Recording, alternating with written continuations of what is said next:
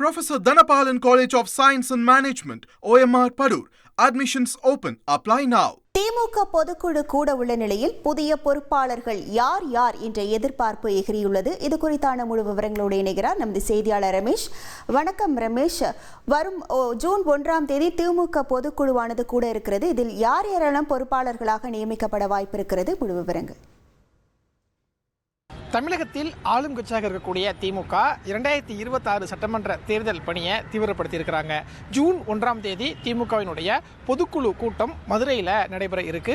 ஆண்டுதோறும் நடக்கக்கூடிய ஒரு பொதுக்குழு கூட்டம் தான் அப்படின்னாலும் சட்டமன்ற தேர்தலுக்கு இன்னும் ஒரு வருடமே இருக்கிறதுனால தேர்தல் பணிகளை தீவிரப்படுத்துவது தொடர்பாகவும் கட்சியில் கட்டமைப்பு ரீதியாக பல்வேறு மாற்றங்களை கொண்டு வருவதற்காகவும் திமுக திட்டமிட்டிருக்காங்க. எனவே இந்த பொதுக்குழு கூட்டம் அப்படிங்கிறதும் திமுக மத்தியிலையும் சரி அரசியல் ரீதியாகவும் முக்கியத்துவம் வாய்ந்த ஒன்றாக பார்க்கப்படுகிறது. திமுகவை பொறுத்த வரைக்கும் ஏற்கனவே ஒரு 868 ஒன்றிய செயலாளர்கள் திமுகவில் இருக்கிறாங்க. ஆனால் ஒரு வருடத்தில் சட்டமன்ற தேர்தல் வரப்போகுது அப்படிங்கிறதுனால வாக்காளர்களை எளிதாக அணுகக்கூடிய வகையிலையும் அரசனுடைய திட்டங்களை பொதுமக்களிடம் விரைவாக கொண்டு செல்லக்கூடிய வகையிலையும் ஒன்றிய செயலாளர்களுடைய எண்ணிக்கையை அதிகரிக்க திமுக முடிவு செஞ்சிருக்கிறாங்க. ஏற்கனவே சிவகங்கை, வேலூர், தஞ்சாவூர், புதுக்கோட்டை, ராணிப்பேட்டை போன்ற மாவட்டங்களில் ஒன்றிய செயலாளர்கள் எண்ணிக்கையை திமுக உயர்த்திருக்கக்கூடிய சூழல்ல மேலும் பெரிய அளவில் எங்கெல்லாம் ஒன்றியங்கள் இருக்கிறதோ அந்த ஒன்றியங்களை பிரித்து புதிதாக ஒன்றிய செயலாளர்களை நியமிப்பதற்கு திமுக திட்டமிட்டு அதற்கான பணிகளை மேற்கொண்டு வராங்க. அதே மாதிரி திமுகவில் 76 மாவட்ட செயலாளர்கள் இருக்கக்கூடிய சூழல்ல இந்த எண்ணிக்கையை 80க்கு மேல உயர்த்துவதற்கு திமுக திட்டமிட்டிருக்காங்க. எனவே வரக்கூடிய நாட்களில் புதிய மாவட்ட செயலாளர் நியமனம் தொடர்பான அறிவிப்பு இருக்கலாம் அப்படின்னு ஒரு தகவல் வருகிறது.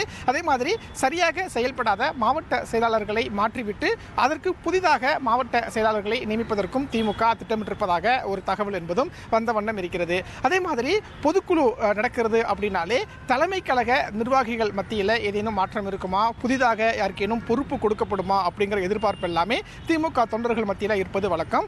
அந்த வகையில் பார்க்கும்போது தலைமை கழக மட்டத்தில் ஏதேனும் மாற்றம் இருக்குமா, புதிதாக யாருக்கேனும் வாய்ப்பு வழங்கப்படுமா அப்படிங்கிற ஒரு எதிர்பார்ப்பும் எழுந்திருக்கு.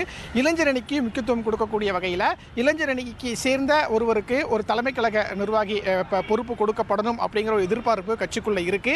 எனவே இளைஞரணிக்கு பிரதிநிதித்துவம் கொடுக்கக்கூடிய வகையில் ஏதேனும் மாற்றம் இருக்குமா அப்படிங்கிற ஒரு எதிர்பார்ப்பு இருக்கிறது. ஜூன் 1ஆம் தேதி பொதுக்குழுவுக்கு முன்னாடி நிர்வாக ரீதியாக கட்டமைப்பில் பல்வேறு மாற்றங்களை கொண்டு வருவதற்கு திட்டமிட்டிருக்கக்கூடிய திமுக பொதுக்குழு கூட்டத்துக்கு பிறகு தேர்தல் பணிகளை முடுக்கிவிடவும் முடிவு செஞ்சிருக்கிறாங்க. குறிப்பாக பொதுக்குழு கூட்டம் நடந்து முடிந்ததற்கு அப்புறம் தேர்தல் பிரச்சாரங்களை தீவிரப்படுத்துவது சம்பந்தமாக ஒரு முடிவை எடுக்க இருக்கிறாங்க. தமிழகம் முழுவதுமே மண்டலம் வாரியாக பிரித்து மண்டல பொறுப்பாளர்களை நியமித்து மண்டல பொறுப்பாளராக ஒவ்வொரு அமைச்சர்களுக்கும் வாய்ப்பு கொடுக்கப்பட்டு தேர்தல் பணிகளை மேற்கொள்வதற்கு திமுக திட்டமிட்டிருக்கிறாங்க. இப்படியாக ஆளுங்கட்சியாக இருக்கக்கூடிய திமுக 2026 சட்டமன்ற தேர்தல் பணிகளை மேலும் தீவிரப்படுத்தியிருக்கிறாங்க அப்படிங்கிற ஒரு தகவல் தான் கிடைக்கப்பட்டிருக்கிறது. உங்கள் விவரங்களுக்கு நன்றி Ramesh. Professor Dhanapalan College of Science and Management, OMR Padur. Admissions open. Apply now.